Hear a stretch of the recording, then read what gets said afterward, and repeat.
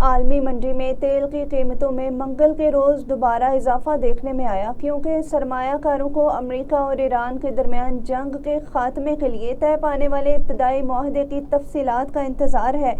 جبکہ ابنائے ہرمز کے ذریعے تیل کی ترسیل بحال ہونے میں ممکنہ تاخیر پر بھی تشویش پائی جا رہی ہے۔ برنٹ خام تیل کے فیوچر معاہدے کی قیمت 26 سینٹ اضافے کے ساتھ $83.42 فی بیرل تک پہنچ گئی، جبکہ امریکی ویسٹ ٹیکساس انٹرمیڈیٹ خام تیل 46 سینٹ اضافے کے بعد $81.12 فی بیرل پر ٹریڈ ہوا۔ پیر کے روز تیل کی قیمتوں میں تقریباً 5% کمی آئی تھی، جبکہ امریکی صدر ڈونلڈ ٹرمپ نے اعلان کیا کہ امریکہ اور ایران کے درمیان ایک مفاہمتی یادداشت پر دستخط ہو گئے ہیں جس کا مقصد جنگ کا خاتمہ ہے۔ اس اعلان کے بعد مارکیٹ میں امید پیدا ہوئی کہ ابنائے ہرمز دوبارہ کھول دی جائے گی، جو عالمی تیل کی سپلائی کا تقریباً 5واں حصہ منتقل کرتی ہے۔